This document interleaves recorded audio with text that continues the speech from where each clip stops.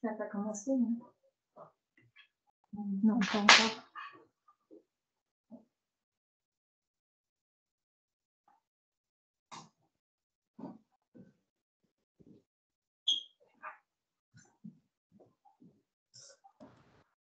C'est ça, je vais demander à Patricia, je la rappellerai demain, quand je vais la voir. On n'a pas mis la liste des... On va sortir au Léron. Merci. Bon courage. Mais ça peut se finir. Si vraiment tu ne prends pas de ton enfance, mais tu as avec eux, on est tout là. C'est-à-dire, comment ça? Allez, il faut dire ça.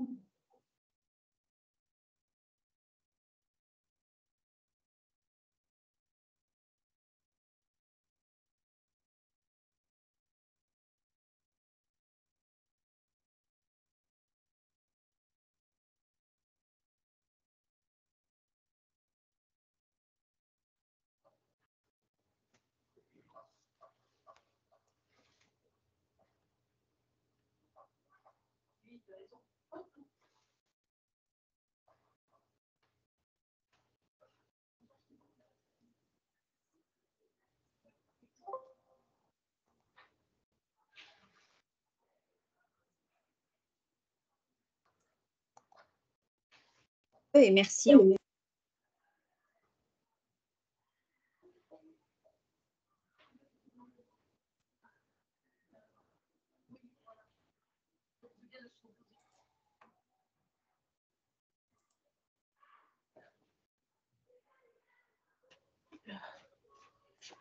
Je rapporte ou pas? Oui. Attends, ils sont. Alors.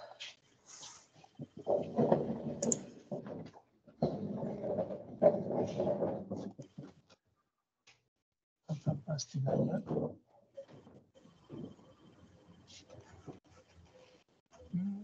Pas le son. C'est gênant. Ah oui, sans doute.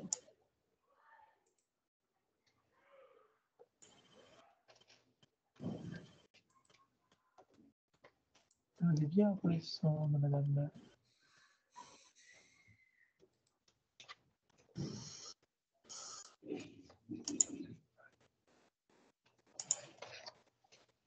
Voilà, donc je ne suis pas le seul. Voilà. Je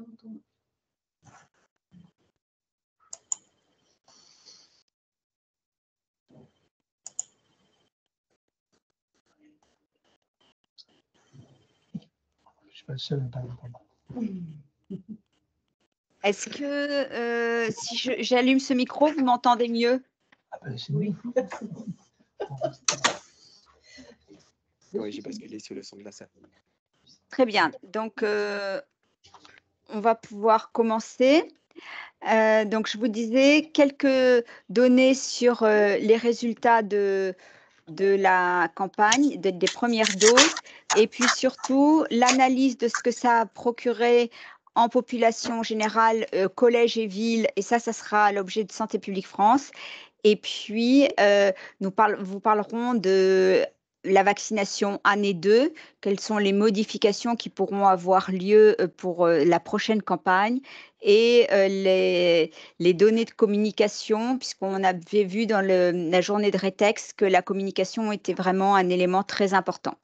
Donc voilà ce que je vous propose pour la réunion. J'espère que vous m'entendez bien. A priori, merci. Donc,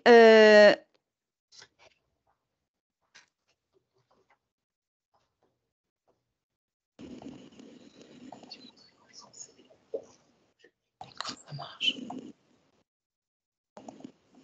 je pourrais pas le faire tout le temps, comme ça on appuie là. D'accord.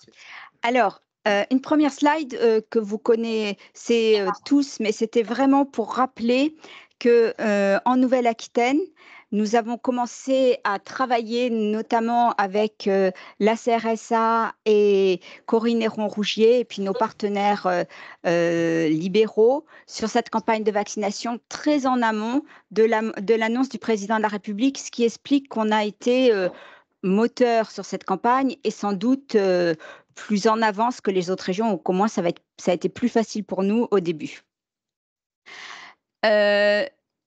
Cette diapositive que je trouve très intéressante, qui permet de voir pourquoi c'était important de faire cette vaccination en milieu scolaire. Et vous voyez, en jaune, vous avez les pays qui n'ont pas de vaccination en milieu scolaire, et en vert, les pays qui ont une vaccination en milieu scolaire. Donc, à part le Turkménistan qui a un profil un petit peu atypique, on voit bien que chaque fois qu'on propose la vaccination HPV, notamment en milieu scolaire, on a un taux de couverture vaccinale plus élevé, et on vous a rappelé l'objectif OMS qui est de 90% de vaccination. Le plan cancer en France, c'est un peu moins ambitieux avec 80% de vaccination, mais on est quand même encore loin du compte. La cible vaccinale, donc je vous rappelle l'instruction de l'année dernière, c'était tous les élèves scolarisés en classe de 5e en collège public et les collèges privés sous contrat volontaire. Donc, en Nouvelle-Aquitaine, il y a 501 collèges publics, 142 collèges privés sous contrat. Ils n'étaient pas tous volontaires. Ça représentait cette année 69 231 élèves, pratiquement 57 000 en établissement public et 12 273 en établissement privé sous contrat, ce qui représentait 17,8% des élèves. Quand vous voyez ce qui s'est réellement passé, on voit que les collèges publics ont tous participé et que sur les collèges privés, malheureusement, il n'y en a que 24 qui ont participé. Et puis, on a rajouté quelques EREA qui étaient volontaires. Et tous ces collèges, vous le savez, étaient tous appariés à des centres de vaccination. On avait maillé le territoire avec 22 centres de vaccination qui étaient appariés avec vous. Et en fonction de la taille du centre de vaccination, on avait entre 15 et 65 collèges appariés. Ça a permis d'avoir des équipes mobiles qui se déplacent au plus près de vos établissements. On a fait le choix avec les rectorats dès le départ d'avoir une dématérialisation des dépôts des autorisations parentales. Dans le cadre de cette vaccination qui n'est pas une vaccination obligatoire, il est nécessaire d'avoir l'autorisation des 2 parents. Et on s'était dit que, vous voyez, 70 000 élèves multipliés par 2, 140 000 papiers, c'était absolument ingérable. Et qu'en fait, dès le départ, on a choisi de dématérialiser ces autorisations. On a choisi une structure qui était hébergeur de données de santé.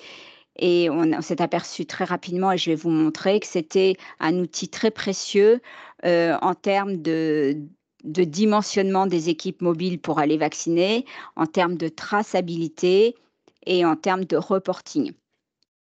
On avait choisi l'année dernière un outil qui était créé par la direction du numérique en santé du ministère de la Santé, des maths sociales. Cette année, on va avoir un autre outil, mais qui fonctionnera de la même manière et qui permettait que les parents remplissent soit 2 formulaires. On a un certain nombre de parents qui ont préféré remplir chacun un formulaire, soit s'engagent eux-mêmes, enfin conjointement sur le même formulaire.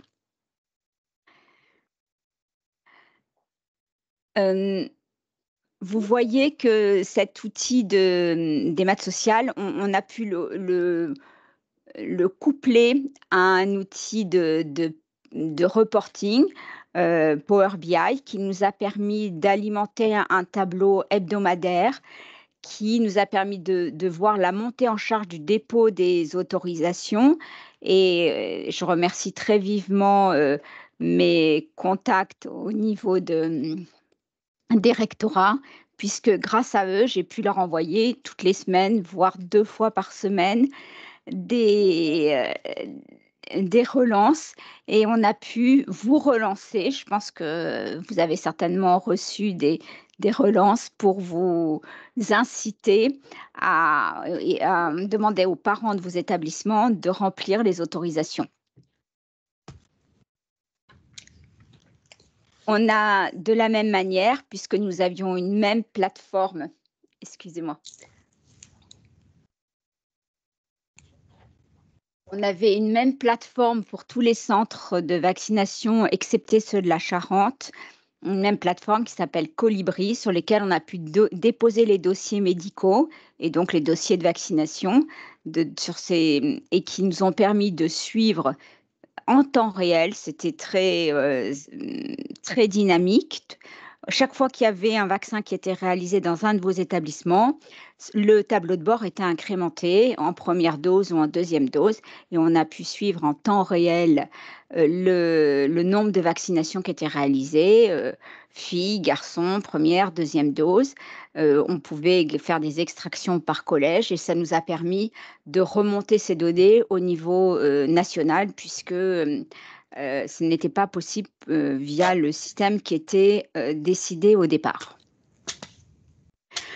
Cette diapositive pour vous montrer la dynamique de la campagne à la fois au premier trimestre, et vous voyez qu'en fait on a eu un pic en semaine 42, un pic de vaccination, et puis on voit que notamment en l'ex-Aquitaine qui avait certainement le plus d'élèves, les séances de vaccination se sont prolongées un peu plus longtemps, fin novembre, début décembre. Et puis, vous voyez dans le tableau du bas, ça, c'est la dynamique de vaccination pour les deuxièmes doses. Et on voit là aussi qu'on va terminer le 24 juin, mais qu'on aura pu réaliser les 2 doses comme c'était prévu la même année. On a vacciné 12 329 élèves lors du premier semestre, ce qui représente 17,8% des élèves scolarisés en classe de 5e. Mais je vous ai montré que tous les établissements scolaires et notamment les établissements privés sous contrat n'ont pas tous participé.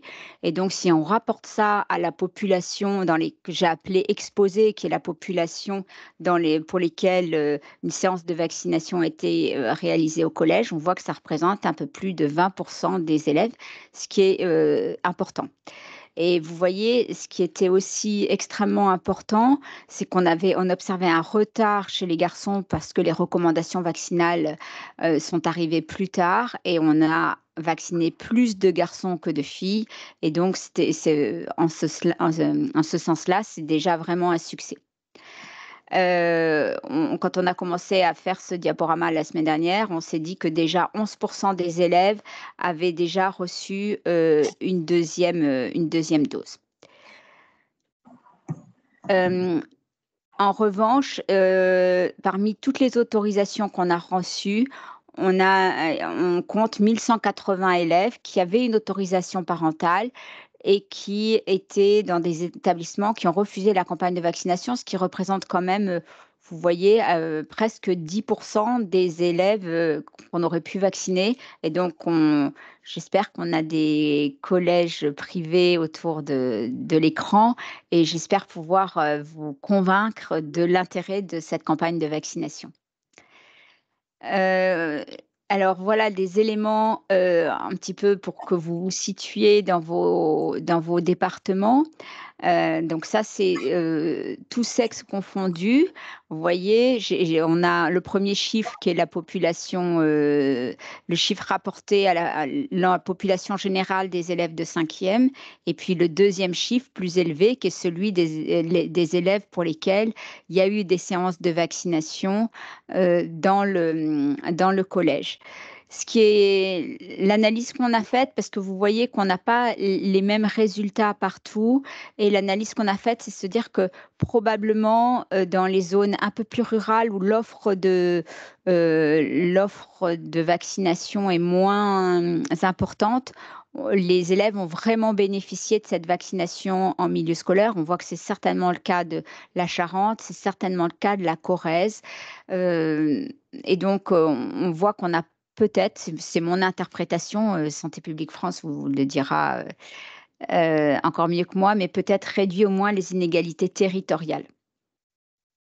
Sur cette même diapo, vous avez la même chose, mais avec d'un côté les filles et de l'autre côté les garçons. Et vous voyez qu'il y a ce petit écart on le voit par exemple si on regarde la Gironde, on a vacciné 16% des filles, mais il y avait déjà une couverture vaccinale assez satisfaisante en Gironde. Et on voit qu'on a vacciné 19% des garçons. Donc il y a vraiment eu ce rattrapage au profit des garçons. C'est très vrai en Charente aussi, où il y a 23% des filles, mais 28% des garçons. Donc vraiment un rôle très important de cette vaccination au collège. On a essayé d'analyser quels étaient les déterminants de la vaccination. Qu'est-ce qui faisait que les élèves étaient vaccinés ou au contraire qu'ils n'étaient pas vaccinés. Donc, bien sûr, on voit de ce que je vous ai dit tout à l'heure, les collèges qui n'ont pas participé à la vaccination, quelle que soit leur raison, mais ça représente un nombre d'élèves important. Les élèves dont les parents ne remplissent pas la demande d'autorisation, on pense qu'il y a plusieurs raisons. Effectivement, la précarité de certains parents, leur difficulté avec le numérique, la différence d'implication au niveau des collèges. On a vu lors de notre journée de Rétex que le rôle extrêmement important des chefs d'établissement et des infirmiers scolaires dans la dynamique de cette campagne dans leur établissement. Donc, ça fait une vraie différence. Et puis, bien sûr, on a les élèves dont les parents refusent la vaccination, que ce soit un refus général de cette vaccination ou bien le souhait pour les parents de faire vacciner leurs enfants en ville. Et c'est particulièrement le cas pour les enfants qui avaient déjà fait une première dose en ville. Et puis, il y a des enfants dont les parents ont autorisé la vaccination, qui ont bien un collège dans lequel il y a une séance de vaccination, mais qui n'ont pas été vaccinés ce jour-là. Alors, la raison majeure, c'est l'absence de carnet de vaccination. Au niveau national, c'est plus de 11 000 élèves. Donc, en fait, on réfléchit, on va vous proposer des solutions pour l'année prochaine parce que ça représente une part trop importante et une perte de chance pour ces élèves. Et puis, le centre qui décide de ne pas vacciner parce que l'enfant est malade, parce que l'enfant refuse la vaccination, mais c'est beaucoup plus à la marge par rapport à l'absence de carnet de vaccination. Donc, si on reprend un petit peu ce que je viens de vous dire, vous voyez, c'est un peu une échelle pour vous montrer à quel moment on perd les enfants. Le fait que le collège n'organise pas la vaccination, le fait que les parents n'ont pas donné d'avis favorable, le fait qu'ils ont un avis favorable, mais que l'enfant n'a pas été vacciné parce qu'il n'a pas de carnet de vaccination. Donc, à chaque fois, on perd un certain nombre d'enfants qui auraient pu être vaccinés. Et un certain nombre de ces enfants iront en ville, mais d'autres n'iront pas se faire vacciner du tout. Et c'est une perte de chance. Donc, on va essayer de travailler ensemble pour essayer de faire que on se rapproche plus d'une ligne horizontale que cette ligne un peu cassée. Donc voilà, l'enseignement privé, on a 100 collèges qui n'ont pas participé, peut-être même plus, et c'est vraiment lié à l'incident du mois d'octobre. Enfin, incident, c'est un petit mot, mais l'accident qui est plus grave qu'il y a eu au mois d'octobre. Et donc, en fait, on espère bien qu'on va pouvoir rattraper ça l'année prochaine. On a également essayé de regarder ce qui se passait au niveau des académies et vous voyez qu'il n'y a pas une grosse différence entre le pourcentage d'élèves qui ont été vaccinés en fonction des académies. Et puis, bien sûr, on peut dire un grand satisfecit pour l'académie de Poitiers, qui sont les grands champions, mais vous voyez que c'est des petits chiffres quand même. Et puis, par contre, cette diapo est plus intéressante parce qu'on a essayé d'étudier ce qui se passait quand un élève était en REP ou en REP+. Alors, notamment en termes d'autorisation sous forme papier, qui montre en fait la fracture numérique, et on voit que plus l'enfant est en REP ou en REP+, plus les parents vont avoir accès et vont utiliser une autorisation sous forme papier. On voit également que effectivement les parents répondent de moins en moins, mais si vous regardez la diapo de plus à droite, en fait, c'est intéressant parce qu'à partir du moment où les parents donnent leur autorisation, eh bien, ils acceptent plus que les autres parents et les enfants sont le plus vaccinés. Vous voyez, si on prend un collège qui n'est pas en REP, il y a 64% des parents qui ont accepté contre 71% en REP+. Et puis, quand on arrive à la vaccination, eh bien, il y a 10 points. 81% des élèves en collège normal vont être vaccinés, mais 91% des élèves qui ont une autorisation en REP+. Donc, on a vraiment, je voulais vraiment vous montrer cette diapositive, cette slide pour vous montrer à quel point c'est important d'accompagner les parents de ces établissements parce que ils sont, on le voit ici, qu'une fois qu'ils sont accompagnés pour donner leur autorisation, eh bien, l'élève est plus souvent vacciné. Et là, je pense qu'on réduit vraiment les inégalités sociales. Et si vous vous rappelez, je pense qu'il y a quelqu'un qui a son micro qui est ouvert, si vous pouvez le couper.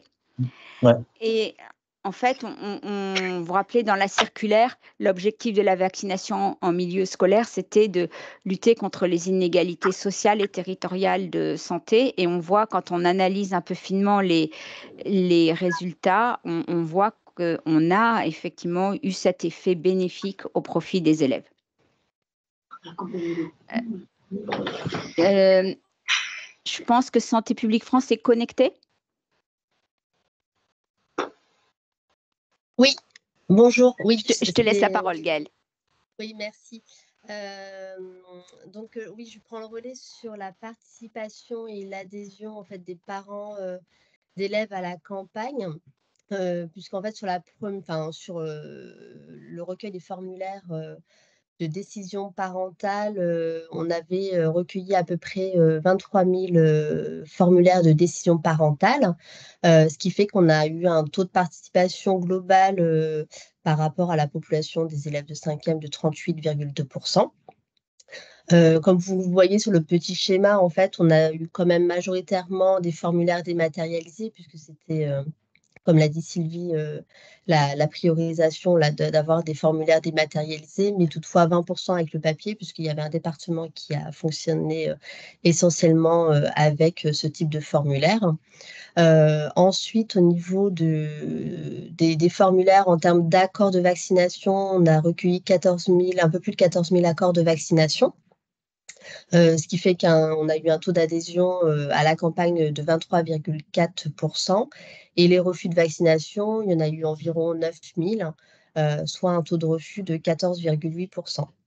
Après, en termes d'analyse, pour savoir s'il y avait effectivement des déterminants par rapport au refus ou à l'accord de la vaccination, on s'est intéressé aux formulaires dématérialisés pour lesquels on avait un panel de données plus importante. Et ce que l'on a vu, c'est qu'on avait un taux de refus qui était plus élevé chez les élèves qui avaient déjà initié leur schéma vaccinal.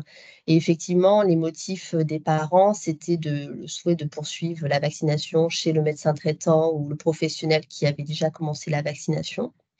Ce qui est intéressant, c'est qu'on n'a pas trouvé finalement de taux de refus plus importants selon les caractéristiques ou la typologie, c'est-à-dire qu'on n'avait pas d'association entre le fait que les parents de garçons ou d'enfants nés un peu plus âgés ou plus jeunes avaient plus refusé la vaccination, pareil au niveau de la typologie. Toutefois, ce qu'on a pu mettre en évidence, c'est un taux de refus un petit peu plus élevé pour les élèves scolarisés dans le Lot-et-Garonne, mais qui n'était finalement pas significativement différent. On peut passer à la slide d'après. Donc là, c'est les chiffres qu'on vous a déjà présentés. Donc, on a eu un peu plus de 12 000 élèves vaccinés au collège. Et effectivement, quand on s'intéresse à la population qui a eu vraiment l'offre vaccinale dans le collège, on arrive à peu près à 20% des élèves vaccinés. Mais par contre, on peut aussi estimer que parmi eux, il y avait déjà des élèves qui étaient déjà à jour de leur vaccination. Si on enlève cela, on arrive presque à 24% des élèves vaccinés lors de la première phase. Alors, sur ces 12 329 élèves, il y avait un peu plus de garçons, effectivement, qui ont reçu une dose lors de la première phase. C'était essentiellement des premières doses, 95% de premières doses.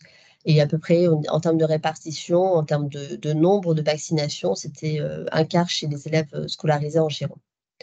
Après, on a eu des élèves qui ont eu un accord de vaccination. Parmi eux, il y en a quand même 13% qui n'ont pas été vaccinés. Comme on le disait précédemment, c'était essentiellement parce qu'il n'y avait pas de carnet de vaccination le jour du passage du centre, ou encore l'élève finalement était absent pour cause de maladie, ou finalement ne répondait pas aux critères et n'a pas été vacciné sur décision du centre de vaccination. En termes de couverture vaccinale, donc ça, c'est les premières estimations après la première phase, donc qui s'est finie à la fin de l'année dernière.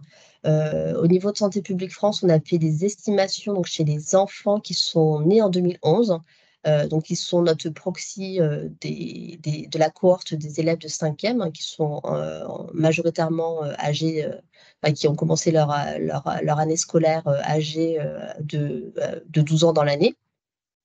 Et ce que l'on a estimé, c'est qu'avant le début de la campagne, donc au 30 septembre 2023, on avait environ 33% filles et garçons confondus qui avaient déjà initié leur schéma vaccinal. Et après les vaccinations qui ont été faites principalement au collège, mais aussi en ville, on a pris aussi l'impact finalement de la campagne et les vaccinations qui ont pu être réalisées en ville. On arrive à la fin de l'année à 54% de couverture vaccinale au moins une dose, filles et garçons confondus. Donc un gain très important d'environ 21 points au niveau de la Nouvelle-Aquitaine, mais qui varie aussi entre les départements.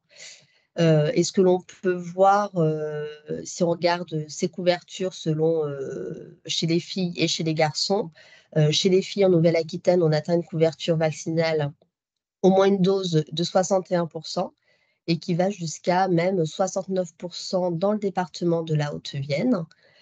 Et chez les garçons, on arrive à près de 50% des garçons qui sont nés en 2011, qui ont déjà initié leur schéma vaccinal, donc en partie grâce à la campagne. Et ce chiffre atteint même 56% dans le département de la Vienne. Et effectivement, comme on l'a vu sur les cartes précédentes, on a eu des évolutions très positives dans tous les départements, mais essentiellement dans les départements de la Charente-Maritime et de la Corrèze, avec des évolutions entre le 30 septembre et le 31 décembre, entre 24 et 27 points selon les départements et selon les filles et les garçons. Merci beaucoup. Donc, à l'issue de cette dernière slide, je vous propose qu'on prenne des questions avant d'arriver à ce qu'on va faire l'année prochaine.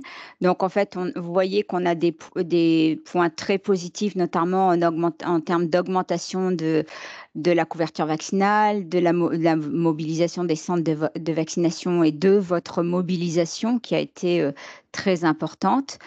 Dans les points améliorés, mais j'ai l'impression de me répéter, on souhaite vraiment que l'enseignement privé sous contrat puisse participer. On souhaite augmenter le taux de retour des autorisations parce que je ne sais pas si c'est assez bien vu dans ma présentation, mais en fait, quand les parents donnent leur autorisation, dans la majorité des cas, l'autorisation est positive. Donc, si on augmente le taux de retour des autorisations, on va augmenter le nombre d'enfants autorisés. Et donc, on pense allonger le délai pour pouvoir répondre et puis peut-être proposer des réunions d'information au sein des collèges. On a une nouvelle instruction qui va arriver. On a la chance, Dr Héron-Rougier et moi-même, d'assister au COPIL national et on va essayer de vous partager les informations qu'on a eues la semaine dernière. Je pense qu'il y a un enjeu très important d'accompagnement des familles en difficulté. Et puis, on essaye de travailler à des modalités qui permettent de réaliser l'acte vaccinal le jour de la séance, notamment par la présence du carnet de vaccination ou des photocopies des pages de vaccination de ce carnet. Voilà, et je vous propose qu'on prenne les questions avant de passer à l'année prochaine. La première question, c'était est-ce que le diaporama sera envoyé aux participants à la suite de la réunion? Oui, on vous enverra le diaporama sans aucun problème. Il y avait aussi une remarque, c'était beaucoup de parents n'arrivent pas à faire les autorisations dématérialisées. Bien, vous avez vu qu'en fait, il y avait finalement, heu, pas tant de parents qui avaient des difficultés. Surtout, on a sur une hotline, mais je vais peut-être laisser la parole à Céline Valado qui a travaillé là-dessus. Oui, bonjour à tous. Concernant le dépôt des autorisations parentales, en fait, on a eu comme remontée que beaucoup de parents avaient peut-être du mal à trouver le collège dans lequel il était son enfant et c'était dû principalement au fait que la liste, en fait, c'était une liste globale qui incluait, les écoles élémentaires, les collèges et lycées. Donc cette année, enfin l'année prochaine, à la rentrée prochaine, la liste sera exhaustive. Donc de façon, certaine, il sera beaucoup plus facile de se retrouver, en fait, dans le formulaire qui sera proposé. Alors c'était une remarque également, monsieur Jean-Philippe Gérard qui disait que, la faible vaccination dans l'enseignement privé était liée à 3 éléments. Je ne sais pas si vous souhaitez, développer monsieur Gérard? On vous laisse la parole, Merci. ça serait important. Merci beaucoup d'être présent surtout. Merci de me donner la parole. Bonjour à toutes, bonjour à tous. Donc Jean-Philippe Gérard, délégué académique et régional pour l'enseignement privé sous contrat, aussi appelé enseignement catholique. À mon sens, par rapport à l'ensemble des réunions auxquelles j'ai pu assister, quels que soient les différents intervenants, internes évidemment, il y a 3 raisons qui se dégagent. La première, c'est l'accident, la mort du jeune en Vendée ou en Loire-Atlantique, à Saint-Herblain donc, au mois d'octobre, au mois de novembre, qui a renvoyé de façon, percutante la responsabilité des établissements, face à la vaccination. Ça, c'est le premier élément, sans doute le plus important. Je vous donne les éléments par ordre d'importance, hein. Le deuxième, réel, mais légèrement moins important, mais qui est aussi, malgré tout important, c'est que le fonctionnement d'établissements, privés sous contrat est légèrement différent au niveau des personnels, de vie scolaire, d'encadrement et cetera. Contrairement à ce qu'on pourrait croire, le nombre de personnels dans les établissements privés est relativement limité et les établissements sont, on va dire, un petit peu à flux tendu, entre les enquêtes, entre les missions différentes qu'on demande, entre, une impression de toujours plus. Et ce toujours plus, donne l'impression aux enseignants, aux chefs d'établissement, à l'ensemble des personnels de s'écarter de leur mission première, de service public qui est à la base l'éducation. Même si les campagnes vaccinales font partie sans doute d'une mission de service public aussi, nos établissements sont vraiment au taquet, par rapport à tout ce qui est organisation d'examens, différentes missions et cetera.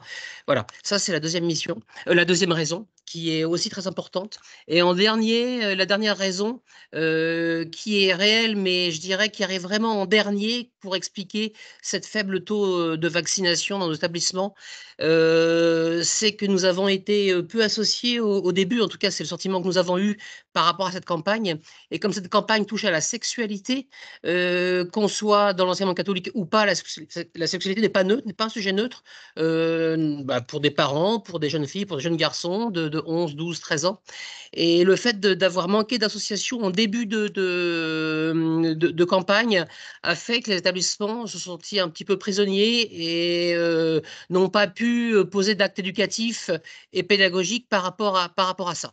Ça a pu freiner certains. Je rajoute que ce n'est pas la cause principale. Les causes principales sont bien celles que j'ai citées. En 1, Saint-Herblain. En 2, l'impression d'être surchargé, être au taquet et en permanence sur le fil du rasoir par rapport aux missions assurées. Et en 3, le dernier point. Merci pour votre écoute. Merci beaucoup pour votre intervention. Vous le savez certainement, mais si je peux vous rassurer, le cabinet de la ministre de la Santé et du Travail a rencontré le responsable de l'enseignement, catholique, de Oui, France, j'imagine, oui. la semaine dernière. Au Donc je niveau du pense qu'ils SGEF, ont oui, tout à pu fait. voilà, ils ont pu échanger, sur les différentes parties. Effectivement, on regrette tous, l'incident de Saint-Herblain.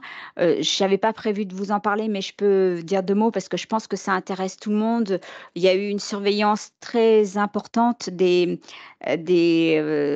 effets indésirables rapportés à la suite de la vaccination en garde à vue, que ça soit en ville ou au collège. Il y a eu, de mémoire, 50, incidents qui ont été rapportés en ville et au collège, contre les milliers de doses, voire peut-être millions de doses qui ont été administrées depuis 2007, puisqu'il est au calendrier vaccinal français depuis 2007. Et il y a 2 incidents graves, un qui est celui que vous rapportez à Saint-Herblain et l'autre qui est un enfant et ça s'est passé au collège, qui est tombé sur du carrelage et qui s'est fait des blessures au niveau du visage. Les autres incidents étaient vraiment des incidents qu'on pourrait classer comme minimes. Je pense qu'on a vraiment travaillé et vous en êtes tous responsables en termes d'effets positifs à la sécurisation de l'après-vaccination avec le fait de proposer aux élèves de rester 15 minutes assis ou allongés sur des tapis après l'acte vaccinal.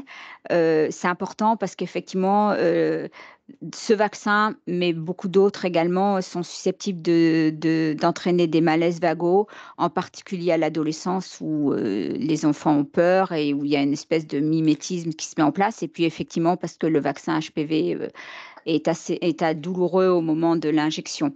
Donc, on a dans les nouvelles autorisations vaccinales qui vont arriver pour la prochaine saison, il y aura tout un descriptif à la fois des effets indésirables qui ont été rapportés et qui ont été surveillés par la NSM et dont les résultats sont tout à fait publics sur le site de la NSM. Et puis, la nécessité de surveiller pendant 15 minutes.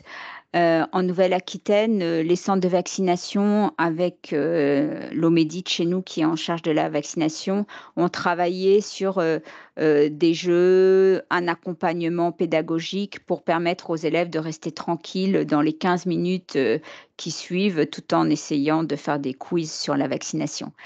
Sur le volet sexualité, en fait, cette vaccination, elle fait vraiment partie du calendrier vaccinal. Elle est mise à l'âge de 11-14 ans et c'est uniquement un rattrapage pour les plus âgés, justement pour dire que c'est un vaccin au même titre que vous faites vacciner votre enfant contre la rougeole, on le fait vacciner ou contre l'hépatite B qui est aussi responsable de cancer, contre les HPV et vraiment dans l'idée de bien séparer les deux.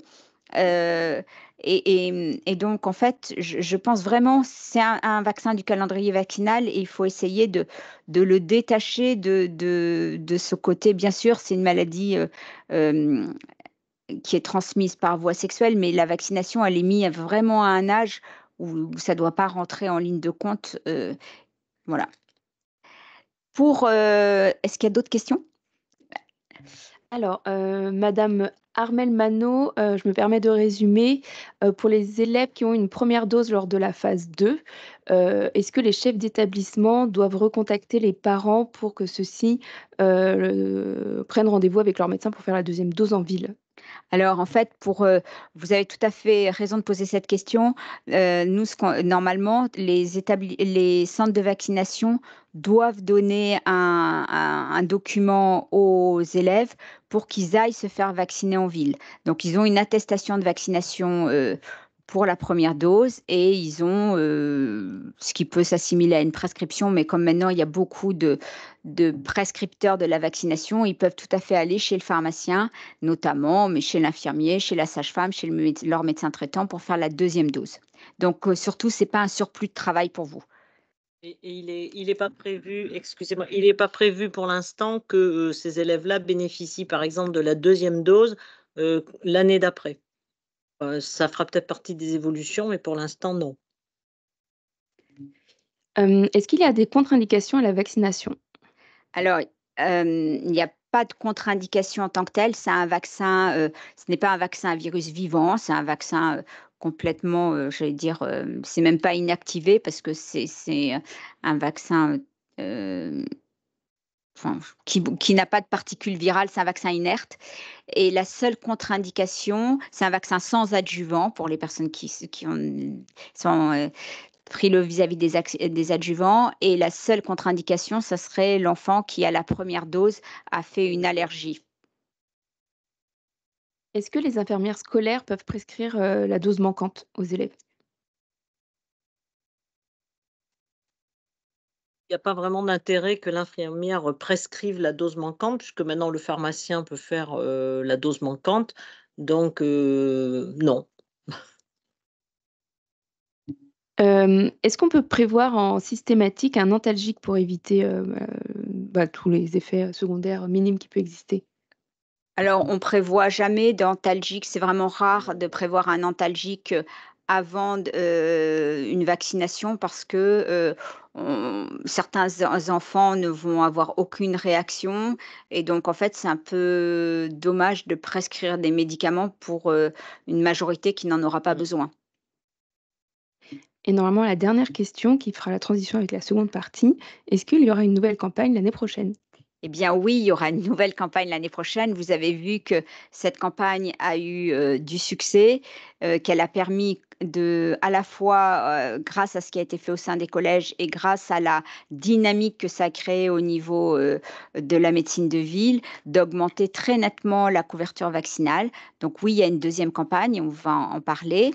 Donc au niveau national, il y a des leçons qui ont été tirées de cette première campagne, à la fois par le ministère de la Santé, mais aussi par le ministère de l'Éducation nationale. Vous savez que c'est une campagne qui est coportée. On pourra peut-être avec le docteur Aaron Rougier se partager les annonces. Donc, on est en attente d'une nouvelle instruction. Mais on a déjà des orientations. Les chefs d'établissement de toutes les régions ont fait remonter que la gestion des autorisations papier était très chronophage. Donc, la norme pour l'année prochaine, ça sera la dématérialisation des autorisations. Donc, Ce que je peux rajouter et qui va peut-être rassurer le chef d'établissement, c'est que vous n'allez pas recevoir les masses de papier que vous avez reçues l'année dernière. Donc ça, c'est un point très positif, je trouve. Alors, sur cette dématérialisation, on est 10 régions métropolitaines à avoir le même prestataire, ce qui est intéressant en termes de remontée de données puisqu'on a tous le même format. Il n'y a que la Bretagne et les Centres Val-de-Loire qui ont un prestataire différent. Donc, comme le disait le docteur Aaron Rougier, vous allez recevoir des kits dématérialisés avec notamment des possibilités d'autorisation qui pourront être imprimées pour accompagner les parents qui ont voilà, pour accompagner les parents qui seraient en difficulté. Mais la norme, c'est qu'ils puissent déposer leur autorisation sur la plateforme. Également, l'ensemble des documents, comme vous l'a dit Corinne Héron-Rougier, tous les documents d'information sera fournis sous forme dématérialisée. Ces documents ont été, parce que l'année dernière, il y a eu beaucoup de remontées en disant que c'était quand même assez difficile à comprendre.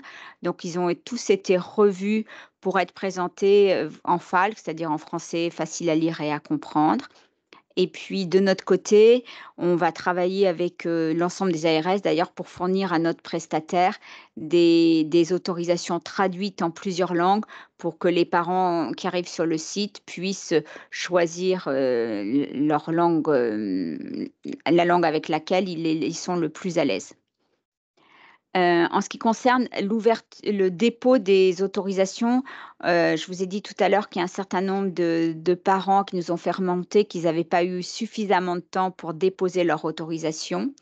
Et donc, on est en train de travailler d'ailleurs avec plusieurs autres ARS rectorats pour voir si on ne peut pas, via votre intermédiaire, proposer le lien sur la plateforme de dépôt des autorisations dès la fin de l'année pour les élèves de 6e. Et on le fera sur l'espace numérique des parents et des élèves, puisque un certain nombre d'entre vous nous ont fait remonter qu'il y avait des parents qui n'allaient jamais sur leur espace numérique et que donc celui des enfants était plus fréquenté. Donc l'idée, ça serait de le déposer sur les deux. Et puis, je ne sais pas si vous avez eu l'occasion d'aller voir, mais nous avions créé un site vaccination HPV l'année dernière. Je vais vous montrer il a été étoffé cette année, mais surtout, on va pouvoir mettre ce lien directement sur le site parce que le prestataire qu'on avait l'année dernière recensait tous les collèges français, alors que là, ça va être sectorisé par région et donc on ne pourra avoir que des parents de la région qui déposeront l'autorisation pour leurs enfants. Il était aussi possible de proposer, de mettre à jour les vaccinations. Il y avait cette difficulté d'avoir une seule et même autorisation. Cette année, il y aura 2 autorisations, une autorisation pour HPV et une autorisation pour les autres vaccins. En Nouvelle-Aquitaine, on souhaite proposer, et vous en avez la primeur, les centres de vaccination ne sont pas encore au courant, 2 vaccinations, la mise à jour de 2 vaccinations, la vaccination contre la rougeole, les oreillons et la rubéole, parce qu'il y a une grande épidémie au niveau européen. En Nouvelle-Aquitaine, on n'est pas encore trop touché, mais il n'y a pas de raison qu'on soit épargné. Donc l'idée, ça serait de pouvoir, rattraper les enfants qui ne sont pas bien vaccinés pour leur éviter d'être malades. Et puis, l'épidémiologie des méningites a beaucoup changé avec une augmentation du nombre de cas et une augmentation vous savez, il y a plusieurs types de méningocoques impliqués dans les méningites et on avait juste un vaccin contre les méningites C. Depuis cette année, enfin récemment, depuis 1 mois, on a un vaccin quadrivalent qui protège contre les méningites A, C, Y et W et qui pour cette tranche d'âge et en fait, on souhaite, arriver à avoir un peu une vision, populationnelle de la vaccination en disant que chez l'adolescent, la vaccination à privilégier, c'est la vaccination HPV et la vaccination méningococcique. Donc voilà ce qui va changer l'année prochaine et puis on a également, souhaité sous la pression des associations de parents qui ont complètement raison, proposer cette vaccination dans les ESMS, qui accueillent des enfants porteurs de handicap et qui assurent, un enseignement, les IME, les ITEP et cetera et donc ces enfants, auront également une proposition de vaccination. Ça ne vous, concerne pas, mais je pensais que c'était intéressant que vous soyez, informés. Avant qu'on parle communication, est-ce que vous avez des questions? Peut-être je commence par la dernière. Pourquoi est-ce qu'on n'intègre pas un rappel DTP aux vaccinations qui seront proposées, comme le ROR ou la vaccination type, méningocoque? Alors, on peut tout à fait le faire. La problématique, c'est que, nos centres de vaccination, autant chez le médecin ou dans un centre de vaccination, proposer 3 injections à un enfant qui a ses parents à côté, c'est possible. Il nous semblait, mais peut-être que j'ai tort, mais que faire une vaccination ROR, une vaccination HPV et un rappel d'été polio coqueluche, c'était peut-être lourd pour, un même enfant, au collège. Mais, c'est vraiment, à réfléchir. Mais je pense que 3, ça finit par faire beaucoup.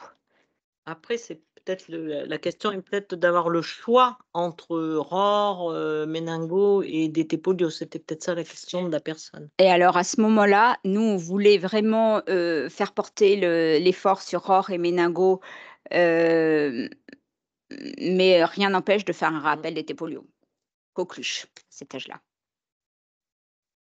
Il y avait une question sur le Doliprane. Est-ce que les centres de vaccination peuvent laisser des stocks de Doliprane, quand ils viennent, en fait? En fait, les centres de vaccination, ils n'ont pas de Doliprane, donc vous savez, la gestion des médicaments, elle est compliquée, pour vous, elle est compliquée pour les centres de vaccination, enfin et donc ils sont pas autorisés à avoir des stocks de médicaments, donc non, ça, c'est pas possible. Que faire des enveloppes qui ont été reçues en grand nombre? La coordinatrice, d'une ZAP, pense en fait que ces enveloppes ont été centralisées par son établissement. Eh bien, j'aurais envie de vous dire un grand feu de joie, mais on peut pas parce qu'on est dans une région où il y a des incendies facilement, donc je ne sais quoi vous dire. En tout cas, ce que je peux vous dire, c'est qu'elles ne seront pas utilisées pour les prochaines campagnes. Donc voilà, mais je sais que ma réponse n'est pas satisfaisante. Mais il y en aura plus. Lorsque nous avons une UEE dans le collège, la vaccination se fera-t-elle au collège?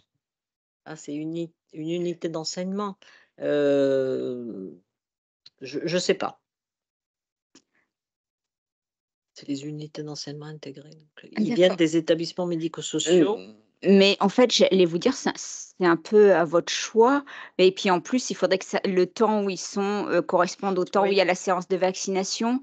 Donc j'imagine que ça sera peut-être les deux solutions.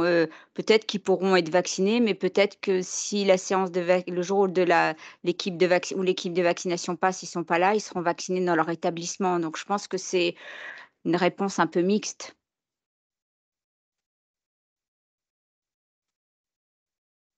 Une remarque, d'une personne, qui indique que les journées sont déjà bien remplies et qu'ils peuvent pas forcément tout prendre en charge. On note la remarque et on sait que les journées sont très remplies et c'est pour ça aussi qu'on remercie d'autant plus et je crois que la rectrice, vous l'a fait savoir à tous, hein, en Nouvelle-Aquitaine, combien elle avait apprécié, l'engagement des chefs d'établissement et qu'elle sait aussi combien votre engagement est très lourd, sur beaucoup, beaucoup, beaucoup d'autres sujets aussi. Une personne qui remarque qu'il manque souvent plus de rappels DTP que de, vaccination ROR. Alors, j'ai pas fait d'études. Effectivement, il manque des rappels DTP parce que c'est l'âge du rappel, 11 ans. Donc forcément, les enfants arrivent à l'âge du rappel à ce moment-là. Nous, on a essayé de cibler, des, comment dire? Des risques épidémiques. Donc, la rougeole, c'est un vrai risque épidémique à l'heure actuelle et donc il faut vraiment que les élèves aient 2 doses de vaccin et les méningites, il y a un risque épidémique important avec une augmentation du nombre de cas et une pathologie qui est très grave et donc l'idée, c'était aussi de pouvoir, donner cette chance à des enfants dont les parents n'y penseraient pas. Et bien rappeler à nos élèves que le pharmacien peut vacciner. Est-ce que le dépôt des autorisations sera possible au-delà du 30 septembre? Eh bien non, le dépôt ne sera pas possible au-delà du 30 septembre parce qu'il faut que les centres de vaccination s'organisent pour pouvoir, faire la vaccination et donc en fait, c'est pour ça qu'on propose de l'ouvrir, Plus au tôt. mois de juin avec un rappel bien sûr au mois de septembre pour rappeler aux parents qu'il faut qu'ils déposent cette autorisation. Donc ils auront, de la fin juin, tout l'été et tout le mois de septembre.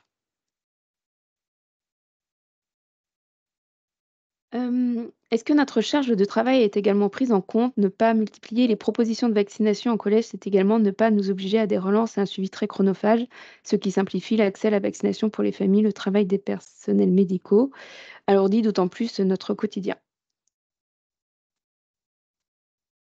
C'est-à-dire que si, multiplier les propositions de différents types de vaccins sur un même jour de consultation ne change pas grand-chose à effectivement la charge de travail qu'on vous demande, puisqu'il y aura une séance de vaccination.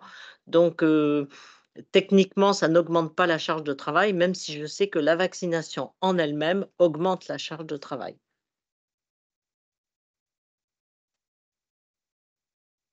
Si possible si possible, ne pas programmer les 2 journées sur, le même jour de la semaine, mais du coup ça résonne avec ce que vous venez de dire.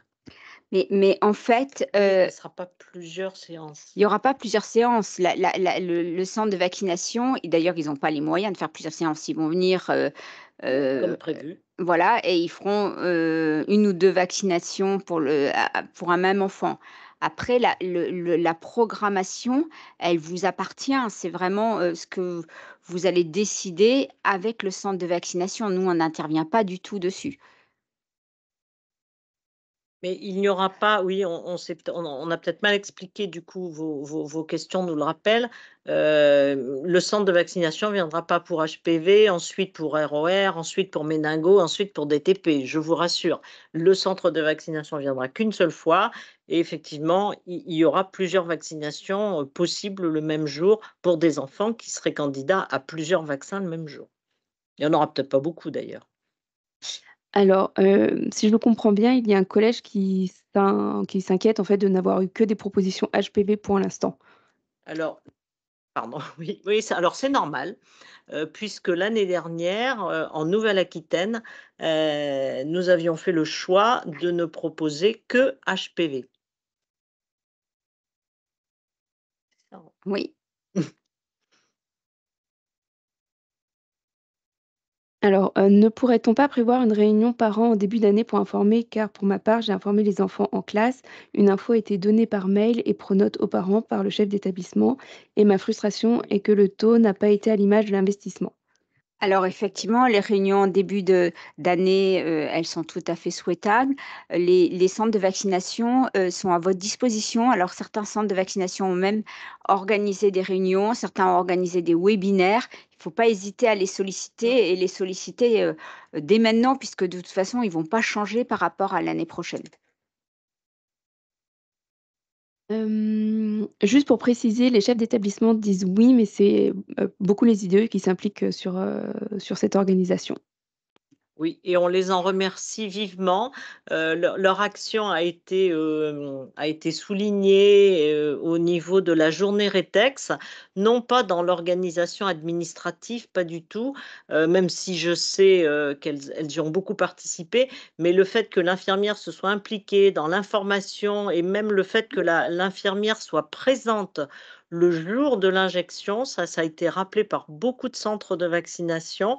Ça fait largement diminuer la pression, ça rassure les élèves parce que l'infirmière, c'est quelqu'un qu'ils connaissent, en qui ils ont confiance et donc vraiment le rôle des infirmières a été salué et on vous remercie, toutes les collègues infirmières qui sont en ligne, pour votre investissement et effectivement, la partie administrative n'était pas dans vos missions, puisque ce ne sont pas vos missions habituelles, mais on sait tous qu'effectivement entre l'émission et des fois la vraie vie, il y a une petite différence.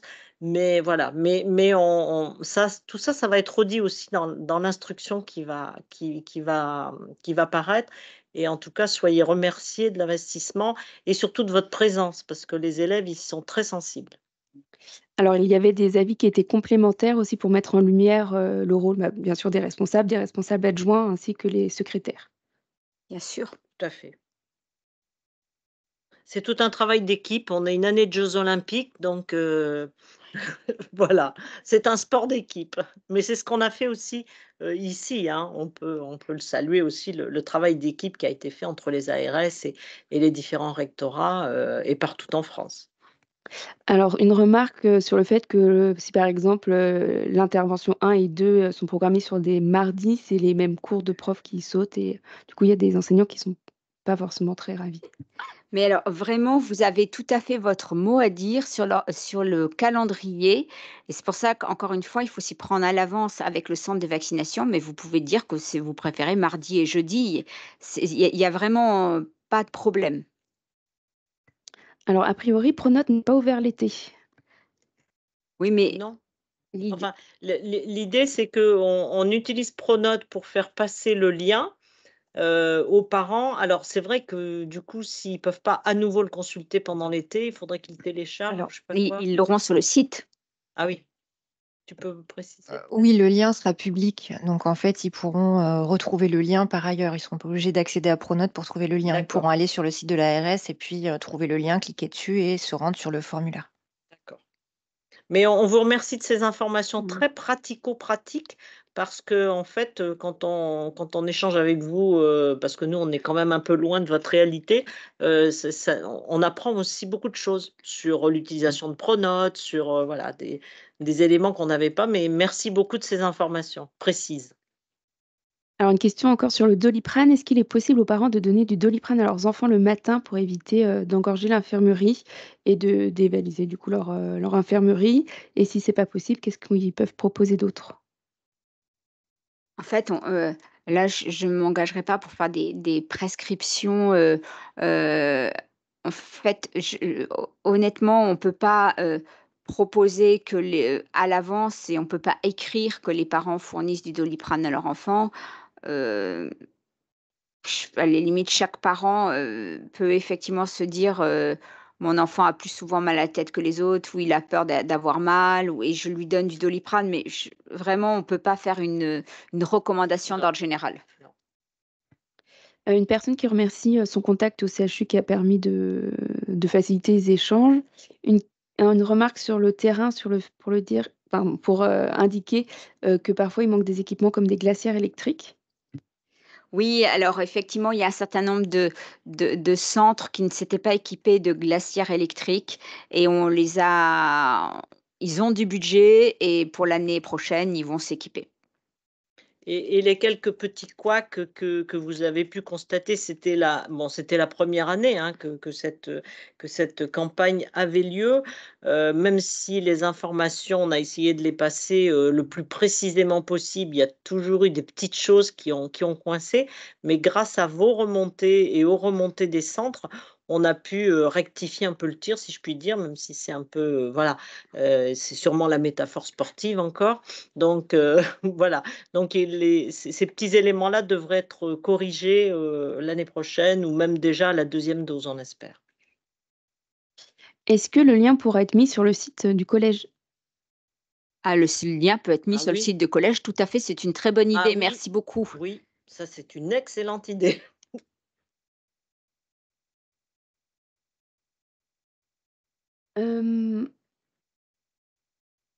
Pronote peut générer un envoi mail aux familles et comme ça, le mail est accessible à tout moment. Ah, bonne idée. Oui, ça c'est bien. Oui. Et après des établissements qui indiquent, enfin, notamment un qui n'a pas forcément eu la main sur la date d'intervention du centre de vaccination. Alors encore une fois, c'était une année de rodage. Mmh. Maintenant, vous connaissez l'équipe de votre centre de vaccination et vraiment, il faut discuter avec eux. Alors évidemment, eux, ils sont bien obligés de réaliser un planning, dans un Mmh. temps contraint, mais je pense que ça doit être possible Oui. de trouver la date qui vous convient le mieux. S Merci beaucoup pour toutes ces questions. Je vous propose d'avancer assez vite juste pour vous montrer ce qu'on va faire en termes de communication. Alors, c'est mes collègues de la communication qui n'ont pas pu être, présentes, mais donc l'idée en termes de perspective, c'est d'améliorer l'information, des parents et le parcours de vaccination. Donc on a prévu d'acheter un peu plus d'espace. Donc c'est l'espace, c'est tout ce que tous les affichages que vous voyez, mais aussi tout ce qui est, de l'achat d'espace sur les réseaux sociaux. On va prévoir, d'améliorer les outils d'animation, du collège. On a, amélioré le site et notamment, je remercie beaucoup le collège qui a accepté qu'on filme les élèves, à la fin de la séance de vaccination parce que ces vidéos témoignages d'élèves, bien sûr, elles sont très importantes pour inciter les autres à aller se faire vacciner. Et peut-être le festival de Cannes le retiendra-t-il, mais ça on n'est pas sûr. On souhaite recruter des influenceurs, alors des influenceurs parents, pas des stars, mais c'est des influenceurs parents ou voilà, des influenceurs qui vont parler, comme des pairs. On a prévu de faire de l'encart dans la presse et puis de mobiliser nos partenaires et notamment, les élus qui ont vraiment un rôle également pour, relayer, la campagne de vaccination. L'idée, c'est vraiment, de favoriser le passage à l'acte, c'est d'instaurer une nouvelle norme sociale. La norme sociale, ça pourrait être, bah, je suis désolée, vous allez peut-être, être choqués, mais le collège est peut-être un lieu de vaccination au lieu d'information sur la vaccination et que la norme, c'est d'être vacciné. Donc voilà, c'est juste un calendrier. Comme vous aurez les diapos, vous pourrez les regarder, mais voyez que pendant l'été, en plus de toute la communication qui est faite au niveau national, on aura toute une communication locale avec les radios locales, avec la presse locale, dans l'idée vraiment d'installer, ce message. Donc comme je vous le disais, on a mis à jour le site internet Vaccination HPV Nouvelle-Aquitaine avec, un témoignage là, comment ça se passe la vaccination au collège, le jour de la vaccination. On a mis, le bilan de la première année. On va mettre l'accès à la plateforme du dépôt des autorisations, donc les parents pourront, dès le mois de juin déposer leur autorisation. Ça sera accompagné par les réseaux sociaux qui vont renvoyer sur ce site. Donc l'objectif, c'est que même s'ils ont raté le message pronote, même s'ils ont pas qu'ils puissent, avoir de l'information via les réseaux sociaux. Et puis au moment de la rentrée scolaire, on va avoir une campagne dans la presse quotidienne régionale, des spots radio également, et puis des affiches sur les écrans de centres commerciaux, vraiment dans l'idée que tous les lieux où les parents et les élèves se déplacent en début d'année scolaire puissent être un lieu d'information. Voilà, je vous remercie. Oui, est-ce qu'il y aura cette année une nouvelle distribution de flyers? Non, il n'y aura pas de flyer parce que cette année, on est comme sur le tout dématérialisé. Voilà, mais écoutez, si on a fini avec toutes les questions, je vous remercie de vous être prêtés au jeu et de nous avoir consacré du temps dont on sait qu'il est très précieux pour vous. Merci de toute votre implication et puis surtout, n'hésitez pas à nous contacter si jamais vous avez des questions. On est vraiment là pour répondre. Puis je vais laisser le mot de la fin à Corinne Héron-Rougier. Bah, écoutez, on vous remercie, Sylvie l'a dit, je vous l'ai dit aussi au nom de la rectrice, hein, parce qu'elle a été particulièrement sensible à votre investissement. Un grand merci. Ce qu'on souhaite, c'est qu'à l'avenir, ça devienne un espèce d'automatisme et que du coup, ça crée pas un travail supplémentaire pour vous parce que ce sera facile à réaliser comme d'autres choses que vous réalisez maintenant, quotidiennement. Et merci beaucoup aux collègues personnels de santé qui se sont aussi beaucoup investis dans ce dossier. Et on espère que l'année qui vient, les établissements privés sous contrat nous rejoindront en nombre de façon à ce qu'on augmente considérablement cette couverture vaccinale. Merci à tous et à très bientôt. Merci beaucoup, au revoir. Merci. Merci, au revoir.